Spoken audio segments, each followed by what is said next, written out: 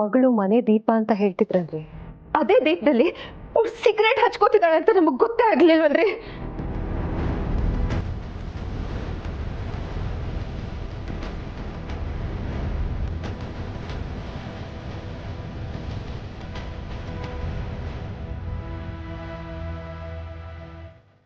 ಅಮ್ಮ ನಿಜ ಇದು ನಂದಲ್ಲ, ನನಗಿದ್ರ ಬಗ್ಗೆ ಏನು ಗೊತ್ತಿಲ್ಲ. ಅಪ್ಪ ಇದನ್ನ ಯಾರೋ ನನ್ನ ಬ್ಯಾಗಲ್ಲಿ ಇಟ್ಟಿದಾರಪ್ಪ, ನನಗೆ ನಿಜ ಇದ್ರ ಬಗ್ಗೆ ಏನೂ ಗೊತ್ತಿಲ್ಲ. ಚಿಕ್ಕಮ್ಮ ನಾನು ಹಿಂಗೆಲ್ಲ ಮಾಡಕ್ ಸಾಧ್ಯನೇ ಇಲ್ಲ. ಇದ್ರ ಬಗ್ಗೆ ಏನು ಗೊತ್ತಿಲ್ಲ, ಪ್ಲೀಸ್ ನನ್ನ ನಂಬಿ. ಪ್ರಾಣಿ ಇರು, ಸಮಾಧಾನ ಮಾಡ್ಕೊ.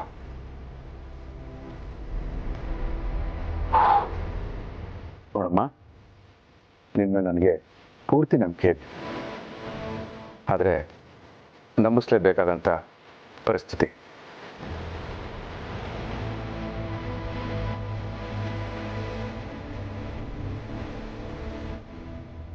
ನೀನು ನಂಬಿರೋ ದೇವ್ರ ಮೇಲೆ ಆಣೆ ಮಾಡಿ ಹೇಳು, ಇದು ನಿಂದಲ್ಲ ಅಂತ. ನಾನ್ ನಂಬಿರೋ ದೇವ್ರುಗಳೆಲ್ಲ ನೀವೇನೆ. ನಿಮ್ ಎಲ್ರ ಮೇಲೂ ಆಣೆ ಮಾಡಿ ಹೇಳ್ತಾ ಇದೀನಿ, ಇದ್ ನಿಜ ನಂದಲ್ಲ. ನನ್ ಬ್ಯಾಗಲ್ಲಿ ಇದು ಹೇಗ್ ಬಂತು ಅಂತಾನು ನನಗೆ ಗೊತ್ತಿಲ್ಲ ಅಪ್ಪ.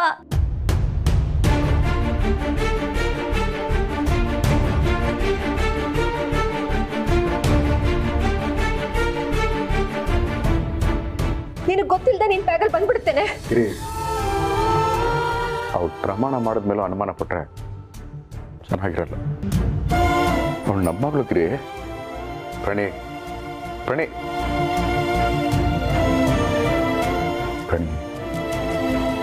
ಅಳು ನಿಲ್ಸು. ಯಾಕೆ ಒಳ್ಳೆ ಲೂಸ್ ಥರ ಹೇಳ್ತಾ ಇದೆಯಾ? ನೋಡು, ನಮಗೆಲ್ಲ ನಿನ್ನ ಮೇಲೆ ನಂಬಿಕೆ ಇದೆ. ಆ ನಂಬಿಕೆನ ನೀನು ಉಳಿಸ್ಕೊಳ್ತೀಯ ಅಂತ ನನಗೆ ನಂಬಿಕೆ ಇದೆ.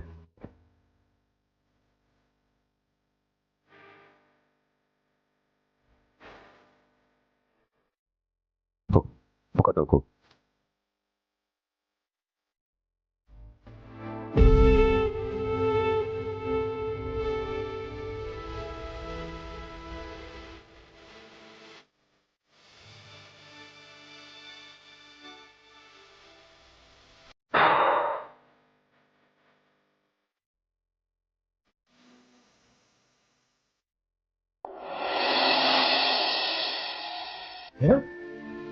ಬಾಬು ಹಾಸ್ಪಿಟಲ್ಗೆ ಅಡ್ಮಿಟ್ ಆಗಿದ್ದಾನ?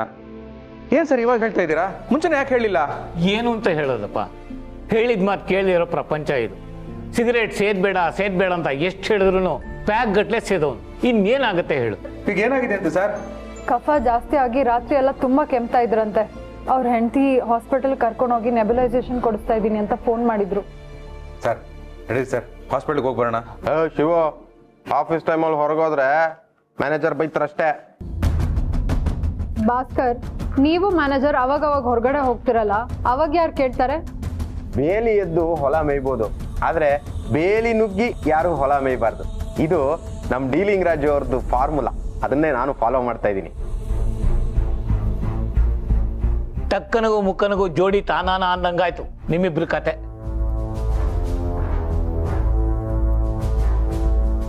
ಕರೆಕ್ಟ್ ಸರ್, ಆನೆ ನಡೆದಿದೆ ದಾರಿ ಅಂತ ಇವರಿಬ್ರು ತುಂಬಾ ಓವರ್ ಆಗಿ ಆಡ್ತಾ ಇದ್ದಾರೆ. ಒಂದಿನ ಆ ಡಿಎಲ್ ಹಳ್ಳಕ್ ತಳ್ದಾಗ ಗೊತ್ತಾಗತ್ತೆ. ಓ ಮಾರ್ಗೆ ಮೇಡಮ್, ಹೋಗಿ ನೀವು ಇವನ ಹತ್ರ ವಾದ ಮಾಡ್ತಾ ಇದ್ದೀರಲ್ಲ, ಹಾಫ್ ಡೇ ಲೀವ್ ಆದ್ರೂ ಪರವಾಗಿಲ್ಲ. ಬಾಬು ನೋಡ್ಕೊಂಡ್ ಬರ್ತೀನಿ. ನಾನು ಬರ್ತೀನಿ. ಬಂದಲ್ಲ ಬಾಬು. ಬಾಬು ಹಾಸ್ಪಿಟಲ್ ಇದೆಯಾ ಅಂದ್ರು, ಡಿಸ್ಚಾರ್ಜ್ ಆಯ್ತಾ? ಡಿಸ್ಚಾರ್ಜ್ ಆಗಿರೋದಕ್ಕೆ ಬಂದಿರೋದು, ಕದ್ ಬರೋದಕ್ಕೆ ಅವನೇನ್ ಜೈಲಿಂದ ಬಂದಿದಾನ. ಕೈ ಇಟ್ಕೊಂಡ್ ಕೆಮ್ಮು ನಮಗೂ ಬರುತ್ತೆ. ನಿಂಗೆ ಸೆನ್ಸೇ ಇಲ್ವಾ? ಯಾವಾಗಲೂ ತಮಾಷೆನಾ? ಹೇಗಿದೆ ಬಾಬು? ಜೋಪ್ನೆ, ನನಗಂತದ್ದು ಏನೂ ಆಗಿಲ್ಲಪ್ಪ. ಮನೆಗಳಿದ್ರ ದಮ್ಗ ಹೊಡೆಯಕ್ಕಾಗಲ್ಲ ಅಂತ ಆಫೀಸ್ಗಳಿಗೆ ಬಂದೆ. ನಿನಗೆ ಜವಾಬ್ದಾರಿನೇ ಇಲ್ವಾ ಬಾಬು? ಮನೆಯಲ್ಲಿ ನಿನ್ನನ್ನೇ ನಂಬ್ಕೊಂಡ್ರು ಹೆಂಡತಿ ಇದ್ದಾಳೆ, ಚಟಾನೇ ಮುಖ್ಯನಾ?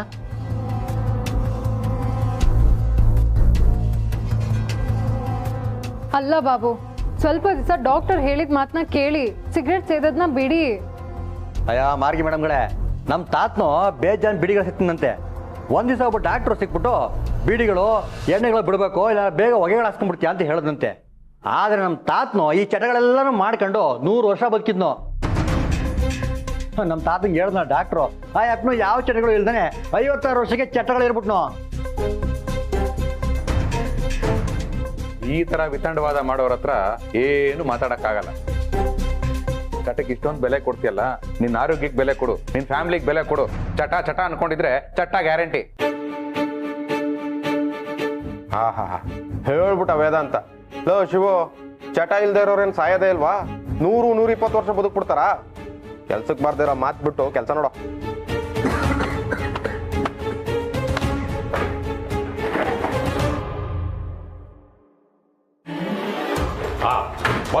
ಸರ್ ಫುಲ್ ಟೆನ್ಷನ್ ಆಗ್ಬಿಟ್ಟಿದೆ, ಸ್ವಲ್ಪ ಬಾ ಹೋಗೋಣ. ಕೈ ಶಿವ ಸರ್, ಇವರಿಬ್ರು ಏನೋ ಮಾಡ್ತಿದ್ದಾರೆ, ಅದೇನು ಅಂತ ಕಂಡುಹಿಡಿಬೇಕು.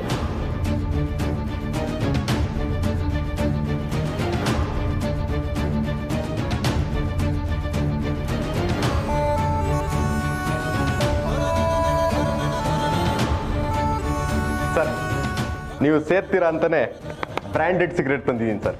ಯಾವ ಬ್ರ್ಯಾಂಡ್ ಆದ್ರೇನು ಬಿಡೋದು ಹೊಗೆ ತಾನೆ. ಏನ್ ಡೈಲಾಗ್ ಸರ್. ಅದಕ್ಕೆ ಸರ್ ನಾನು ನಿಮ್ಮನ್ನೇ ಫಾಲೋ ಮಾಡೋದು. ಫಾಲೋ ಮಾಡು.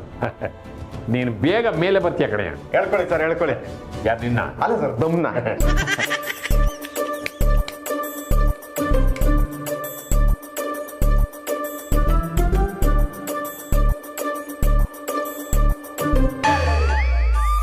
ಬಾಸ್ಕಿ, ಈ ದಮ್ ಹಚ್ಚಿದ್ರೆ ಪ್ರಾಬ್ಲಮ್ಸ್ ಎಲ್ಲ ರೋಲ್ ಮಾಡಿ ಒಂದ್ ಕಡೆ ಇಟ್ಟು ಬೆಂಕಿ ಹೆಚ್ಚಿ ಬೂದಿ ಮಾಡಿ ಎಸ್ತಂಗಾಗತ್ತಲ್ಲ.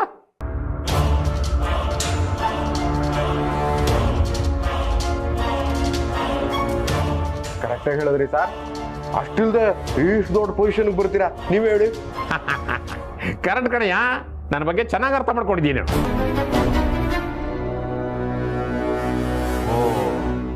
ದಂಪತಿಗಳು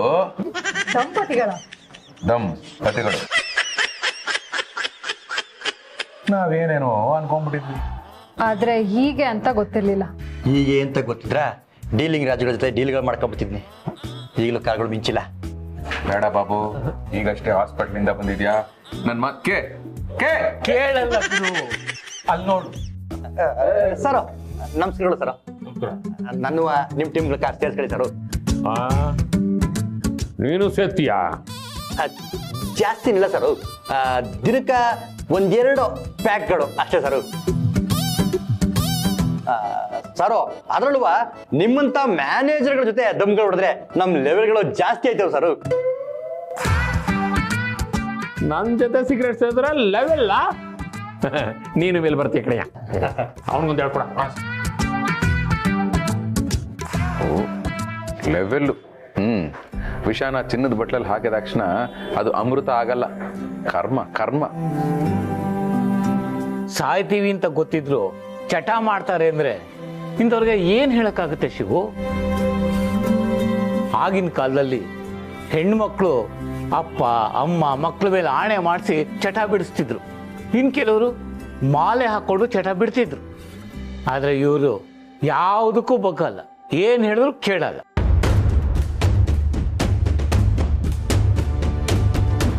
ನಿಜ ನಾಗರಾಜ್ ಸರ್, ಚಟ ಅನ್ನೋದು ಬರೀ ಕುಡಿಯೋದು ಸಿಗರೇಟ್ ಸೇದೋದು ಒಂದೇ ಅಲ್ಲ. ಚಟ ಅನ್ನೋದು ಸುಳ್ಳು ಹೇಳೋದು, ಬಕೆಟ್ ಹಿಡಿಯೋದು, ಕೆಟ್ಟ ಕೆಲಸ ಮಾಡೋದು ಇದು ಕೂಡ ಬರುತ್ತೆ. ಇದನ್ನ ಬಿಡಿಸೋದಕ್ಕೆ ಯಾವ ದಾರಿನೂ ಇಲ್ಲ. ಮಾರ್ಗಿ ಮೇಡಮ್, ಇವರೇನೋ ಹಾಳಾಗೋಗ್ಲಿ, ಆದರೆ ಇವ್ರನ್ನ ನೋಡಿಕೊಂಡು ಇವ್ರ ಮಕ್ಕಳು ಹಾಳಾಗ್ತಾರಲ್ಲ ಅಂತ ನನಗೆ ಭಯ ಆಗ್ತಾ ಇದೆ.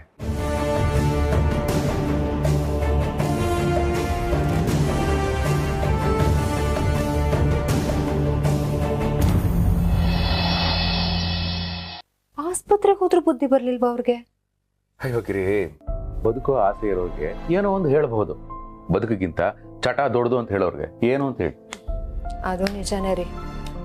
ದೊಡ್ಡವರೇ ಹೀಗಾದ್ರೆ ಮಕ್ಳ ಕತೆ ಏನು?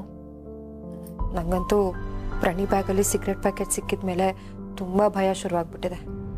ಗಿರಿ, ಪ್ರಣಿ ನಮ್ಮ ಮಗಳು, ಅವಳು ತಪ್ಪು ಮಾಡೋದಕ್ಕೆ ಸಾಧ್ಯನೇ ಇಲ್ಲ. ಪ್ರಮಾಣ ಮಾಡಿದ್ಲು ತಾನೆ. ನಮ್ಮ ಮಕ್ಕಳ ಬಗ್ಗೆ ನಾವೇ ಅನುಮಾನ ಪಡಬಾರ್ದು.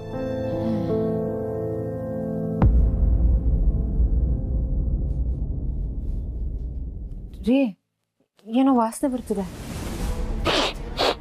ಆಹಾ, 150 ರೂಪಾಯಿ ಕೊಟ್ಟ ಸೆಂಟು ವರ್ಕ್ ಮಾಡ್ತಾ ಇದೆ. ಸೆಂಟ್ ವಾಸನೆ ಅಲ್ಲ, ಬೇರೆ ಏನೋ ವಾಸನೆ ಬರ್ತಿದೆ. ಆಹಾ, ಎಂಥ ಮಧುರ ಸುವಾಸನೆ. ರೀ ಸುವಾಸನೆ ಅಲ್ಲ, ವಾಸನೆ ಬರ್ತಿದೆ. ಸಿಗರೇಟ್ ವಾಸನೆ ಬರ್ತಿದೆ. ಸಿಗರೇಟ್ ವಾಸನೆ? ಹೇ ಹೌದು, ರೆಡಿ ನೋಡೋಣ.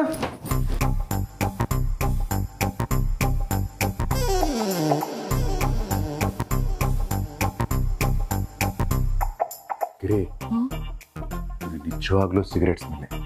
ನಾನೇನು ಒಗ್ಗರಣೆ ಸ್ಮೆಲ್ ಅನ್ನ? ಒಗ್ಗರಣೆಗೆ ಯಾರ ಸಿಗರೇಟ್ ಹಾಕ್ತಾರೆ? ಜೋರಿ ಸುಮ್ಮನೆ ಮಾತಾಡೋದ್ ಬಿಟ್ಟು ಸ್ಮೆಲ್ ಎಲ್ಲಿಂದ ಬರ್ತಿದೆ ಅಂತ ಹುಡುಕಿ. ಗಿರಿ, ಮನುಷ್ಯರಾಗಿದ್ರೆ ಫಾಲೋ ಮಾಡ್ಬೋದಾಗಿತ್ತು, ಕಾರ್ ಆಗಿದ್ರೆ ಚೇಸ್ ಮಾಡ್ಬೋದಾಗಿತ್ತು. ವಾಸನೆ ಎಲ್ಲಿಂದ ಬರ್ತಿದೆ ಅಂತ ಹೆಂಗೆ ಕಂಡುಹಿಡಿಯೋದು?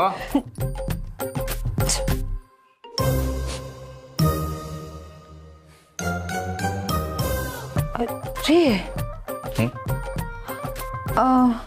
ನಾನು ಆಗ್ಲೇ ಬರ್ಬೇಕಿದ್ರೆ ಹಿತ್ಲು ಬಾಗ್ಲು ಹಾಕೊಂಡ್ ಬಂದಿದ್ದೆ. ಈಗ ಹೇಗೆ ಓಪನ್ ಆಗಿದೆ? ಯಾರು ತೆಗ್ದಿರ್ತಾರೆ, ಓಪನ್ ಆಗಿದೆ. ಹೊಗೇನು ಅಲ್ಲಿಂದಾನೆ ಬರ್ತಿದೆ.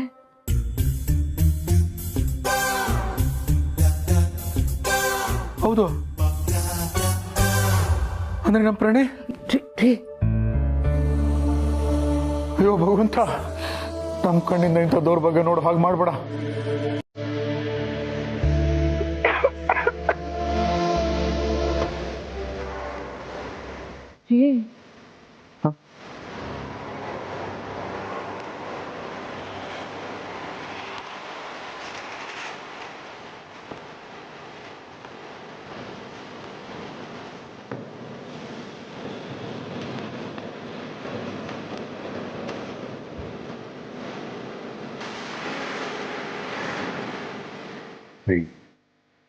ಬಾರ ಇಲ್ಲಿ,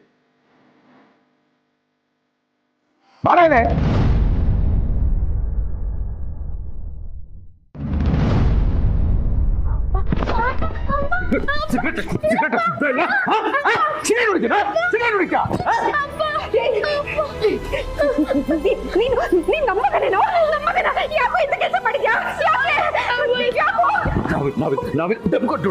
ದುಡಿತಾ ಇದ್ದೀವಿ. ಚೆನ್ನಾಗಿರ್ಲಿ ಅಂತ ಇರೋ ಬರೋ ದೇವ್ರಿಗೆಲ್ಲ ಯಾರು ಕೊಟ್ರು ನಿನಗೆ? ಯಾರು ಕೊಟ್ರು? ಯಾಕೋ ಏನಾಯ್ತು? ನಿನ್ ಮೊಮ್ಮಗ ಸಿಗರೇಟ್ ಸೇರ್ತಾ ಇದ್ದಾನೆ. ಅಳ್ಬೇಡ ಕಂದ, ಅಳ್ಬೇಡ.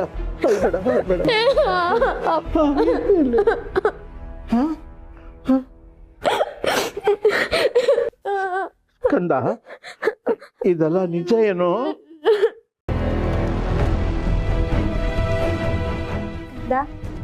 ಹಾಗಾದ್ರೆ ನನ್ನ ಬ್ಯಾಗಲ್ಲಿ ಸಿಗರೇಟ್ ಇಟ್ಟಿದ್ ನೀನಾ?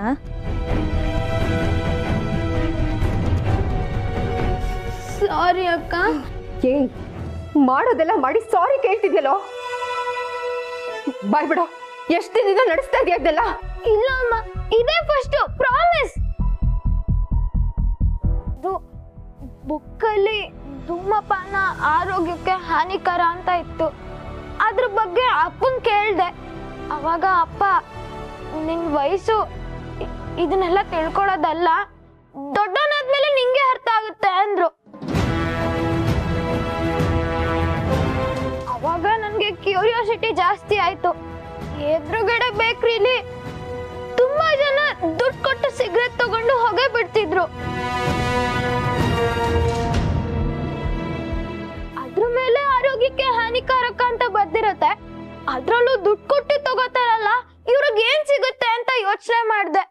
ಅವಾಗ ನಂಗೂ ಇದನ್ನ ಮಾಡ್ಬೇಕು ಅನಿಸ್ತು. ಅದ್ರಲ್ಲೂ ಮೂವಿ ಹೀರೋಸ್ ಎಲ್ಲ ಬಾಯಲ್ಲಿ ಸಿಗರೇಟ್ ಇಟ್ಕೊಂಡು ಸ್ಟೈಲ್ ಮಾಡ್ತಿದ್ರು.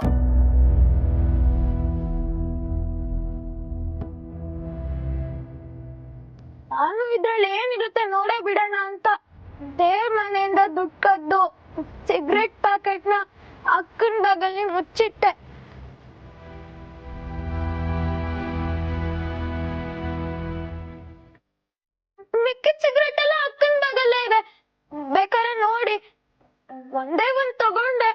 ಏನೋ ಚೆನ್ನಾಗಿಲ್ಲ ಅನಿಸ್ತು, ಬಿಸಾಕ್ಬಿಟ್ಟು ಬಂದ್ಬಿಟ್ಟೆ ಅಪ್ಪ.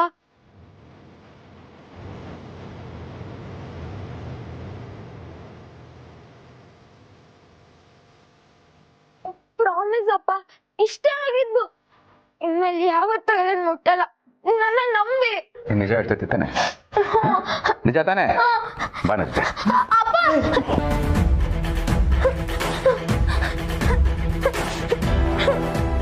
ನೋಡ್ಸ್ಕೊಂಡ ನೀನು ನಿಜ ಹೇಳ್ತಾ ಇದೀಯ ಅಂತ ನಾನು ನಂಬ್ತೀನಿ. ಒಂದು ವೇಳೆ ನೀನು ಸುಳ್ಳು ಹೇಳಿದ್ರು ನಾನು ಕ್ಷಮಿಸ್ಬಿಡ್ತೀನಿ ನಾನು. ಆದರೆ ಭಗವಂತ ಎಲ್ಲನೂ ನೋಡ್ತಾ ಇರ್ತಾನೆ.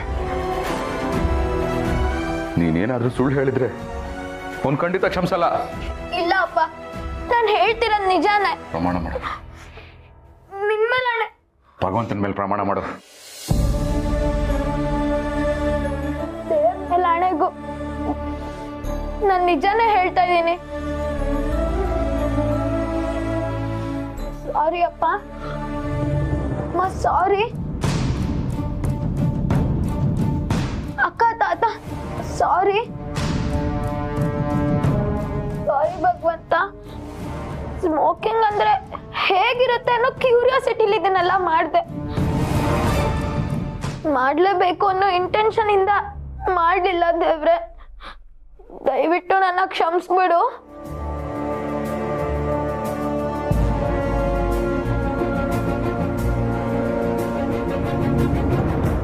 ಇನ್ಯಾವತ್ತೂ ಈ ತಪ್ಪು ಮಾಡಲ್ಲ.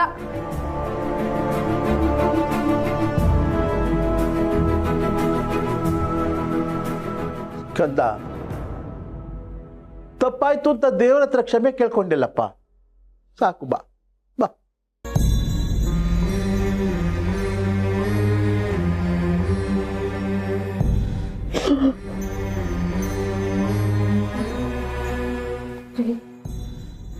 ನಮ್ಮ ಮಗಕ್ಕೆ ಇಂಥ ಗೊತ್ತಿಲ್ಲ.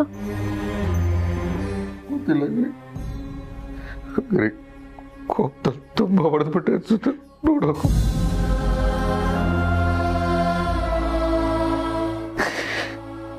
ಯಾಕೆ ಭಗವಂತ ನನ್ನ ಮಗನಿಗೆ ಯಾಕೆ ಈ ಥರ ಕುತೂಹಲ ಕೊಟ್ಟೆ?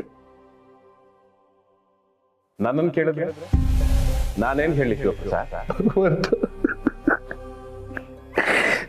ನಿನ್ನನ್ನು ಕೇಳಿದೆ, ಇನ್ಯಾರನ್ನು ಕೇಳಬೇಕು ಭಗವಂತ? ನಾನು ನಿನಗೆ ಅವತ್ತೇ ಹೇಳಿದ್ದೆ ಶಿವಪ್ರಸಾದ್, ನಿನ್ನ ಮಗನಿಗೆ ಕುತೂಹಲ ಬಂದಿದೆ, ಅದನ್ನ ಪರಿಹರಿಸಬೇಕು. ಇಲ್ಲ ಅಂದ್ರೆ ಕುತೂಹಲ ಆಸಕ್ತಿಯಾಗಿ ಬದಲಾಗುತ್ತೆ ಅಂತ. ಆಯ್ತು ಭಗವಂತ, ನಂದೇ ತಪ್ಪು. ಅವನು ಕೇಳಿದ ತಕ್ಷಣ ಪ್ರಶ್ನೆಗಳಿಗೆ ಉತ್ತರ ಕೊಡ್ಬೇಕಾಗಿತ್ತು. ಹಾಗಂತ ಕುತೂಹಲ ಬಂದ ತಕ್ಷಣ ಏನ್ ಬೇಕಾದ್ರೂ ಮಾಡ್ಬಿಡೋದಾ? ಶಿವಪ್ರಸಾದ್, ಕುತೂಹಲ ಯಾವ ಕಾರಣಕ್ಕೆ, ಯಾವ ವಿಚಾರದ ಮೇಲೆ ಬರಬೇಕು ಅನ್ನೋದು ಅಂತರಾತ್ಮ ತಿಳಿದಿರ್ಬೇಕು. ಇಲ್ಲಾಂದ್ರೆ ಹೀಗೆ ಆಗೋದು. ಆಯ್ತು ಭಗವಂತ, ಅವನ ಪ್ರಶ್ನೆಗಳಿಗೆ ನಾನು ಉತ್ತರ ಕೊಟ್ಟೆ ಅಂತಾನೆ ಇಟ್ಕೋ. ಆ ಕುತೂಹಲ ಒಂದ್ ವೇಳೆ ಆಸಕ್ತಿಯಾಗಿ ಚಟ ಆಗ್ಬಿಟ್ಟಿದ್ರೆ, ಅಲ್ಲ ಈ ಚಟಗಳಿಗೆ ಅಂತ್ಯನೇ ಇಲ್ವಾ? ಅಭ್ಯಾಸ ಅತಿಯಾದಾಗ ಅದು ಚಟವಾಗಿ ಬದಲಾಗಲ್ಲ. ನಾನೇ ಮೊದಲು ಬರಬೇಕು, ನಾನೇ ಗೆಲ್ಲಬೇಕು, ನಾನೇ ಎಲ್ಲವನ್ನು ಕಲಿಯಬೇಕು. ಈ ನಾನೇ ಅನ್ನೋದು ಚಟನೇ ಶಿವಪ್ರಸಾದ್. ಅಮ್ಮನ ಜೊತೆಗೆ ಇರಬೇಕು ಎಂದು ಹಠ ಹಿಡಿಯುವ ಮಗುವಿನಿಂದ ಹಿಡಿದು ತಾಸುಗಟ್ಟಲೆ ಕನ್ನಡಿಯ ಮುಂದೆ ನಿಲ್ಲುವ ಹರೆಯದ ವಯಸ್ಸಿನವರೆಗೂ ಹಣ ಮಾಡಬೇಕು ಎಂದು ಬಯಸುವ ಯುವಕನಿಂದ ಹಿಡಿದು ನನ್ನ ನಂತರ ನನ್ನ ವಂಶದವರೇ ಪಟ್ಟಕ್ಕೇರಬೇಕು ಎಂದು ಹಂಬಲಿಸುವ ವಯೋವೃದ್ಧನವರೆಗೂ ಪ್ರತಿಯೊಬ್ಬರಿಗೂ ಚಟ ಇದ್ದೇ ಇರುತ್ತೆ. ಆದರೆ ಈ ಚಟ ತನ್ನ ಹಾಗೂ ಇತರರ ಉನ್ನತಿಗಾಗಿರಬೇಕು, ಇತರರಿಗೆ ಸ್ಫೂರ್ತಿಯಾಗಬೇಕು. ಹಾಗೆ ನೋಡಿದರೆ ಭಕ್ತಿಯೂ ಒಂದು ಚಟ. ಆದರೆ ಭಕ್ತಿ ಸಂಸ್ಕಾರ ನೀಡು, ಸಂಸ್ಕೃತಿ, ಆರೋಗ್ಯ, ಆಯಸ್ಸು ಎಲ್ಲವನ್ನೂ ವೃದ್ಧಿಸುತ್ತದೆ. ಈ ಸುಳ್ಳು, ಸ್ವಾರ್ಥ, ಅಹಂಕಾರ, ಮೋಹ, ಲೋಭ ಇವೆಲ್ಲವೂ ಕೂಡ ದುಶ್ಚಟಗಳೇ. ಇವು ತನ್ನೊಂದಿಗೆ ತನ್ನನ್ನು ನಂಬಿದವರನ್ನು ಮುಗಿಸಿ ತಾನು ಮುಗಿದು ಹೋಗುತ್ತದೆ. ಈ ದುಶ್ಚಟಗಳು ಕೊಡುವ ಸುಖ ತಾತ್ಕಾಲಿಕ, ಅವು ಕೊಡುವ ನೋವು ಶಾಶ್ವತ. ನೆನಪಿರಲಿ, ಸಾವು ಸ್ವಾಭಾವಿಕ, ಅದನ್ನು ಕೃತಕವಾಗಿಸಿಕೊಳ್ಳದಿರಿ. ಅಟ್ಟದ ಆಸೆಗೆ ಬೆಟ್ಟವನ್ನು ಕಳೆದುಕೊಳ್ಳದಿರಿ, ಚಟಕ್ಕೆ ಬಲಿಯಾಗಿ ಚಟ್ಟವನ್ನೇರದಿರಿ. ಕೊನೆಯದಾಗಿ ಒಂದು ಮಾತು, ಎಲ್ಲಕ್ಕಿಂತ ಮುಖ್ಯವಾಗಿ ಮಕ್ಕಳ ಕುತೂಹಲಕ್ಕೆ ಉತ್ತರ ನೀಡಿ.